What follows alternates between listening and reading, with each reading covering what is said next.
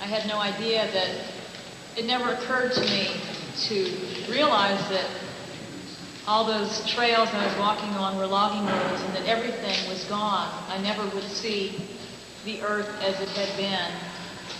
And it was in the mid-'80s that I moved into these forests, and I first saw the gigantic trees being carted away, and I felt as if it was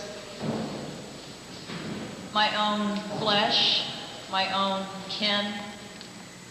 And that is what gave me the courage to begin singing in public, and that's why I sing. That's what is my foundation, it's my source, it's my soul, my core, these trees. And it's the spirit, and let's keep it. I'm Bonnie Raitt. I am, along with my family, been living in the Mendocino area, Mendocino County area since the early 70s, and have spent many months, many weeks gaining solace and inspiration and absolute spiritual unity in a world that otherwise, as you know, rock and roll, and as those of you who are in the press, your arena is as crazy as mine. The ability for people to appreciate nature in its purity and its awesome and its balance, Mother Earth form, is something that is, I don't even need to discuss, because I'm sure all of you, especially if you live here, you know how important it is to preserve what little left we have. I believe there's 4% redwoods left here in California, and these ancient groves you've read, we've all heard many stories about why once these are gone, there will be no second growth. Let's just put up another tree farm and grow some new ones. It doesn't happen, and in fact, the ecosystem up here has been shown that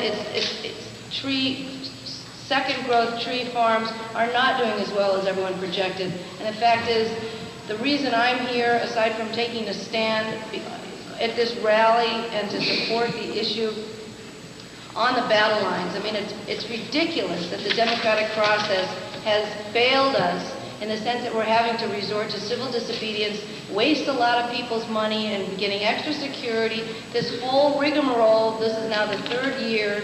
Everybody's got better things to do with their time than this. And the fact is, I'm here to protest the process by which our forestry decisions and futures are being made.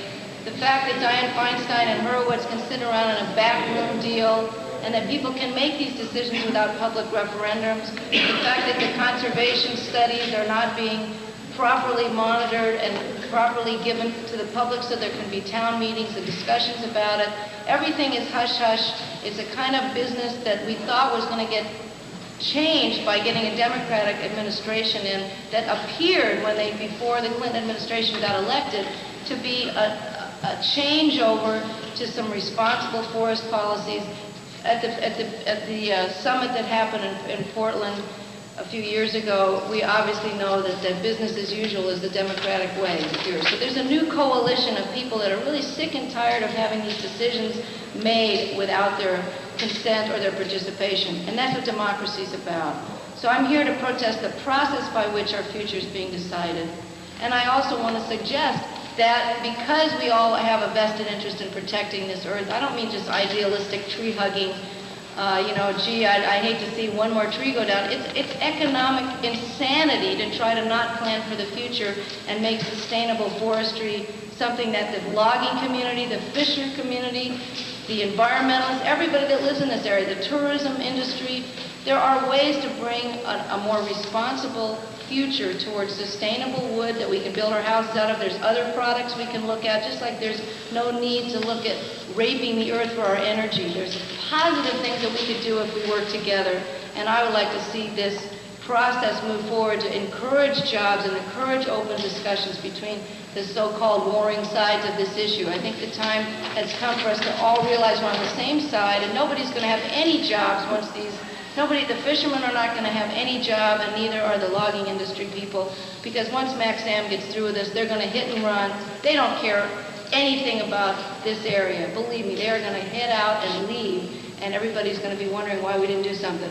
So I don't want to be one of those people. I want to be able to say I was there, and that's why I'm here again this year.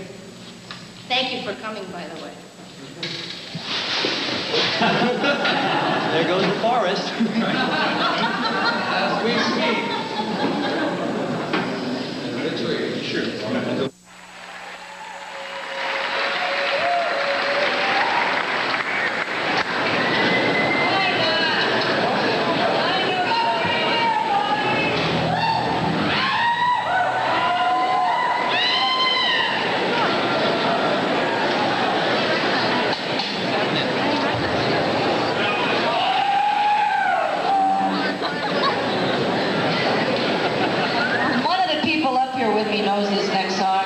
besides me.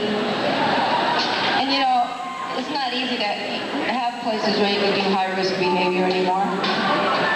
And in my life, being married and straight, it's pretty damn boring sometimes. So, I thought I'd switch. I think I let these guys play this once today, and I don't even know if they remember the changes. So call out the bridge chords to Mark over there on piano if you know the song. There's a song about saving up for a rainy day.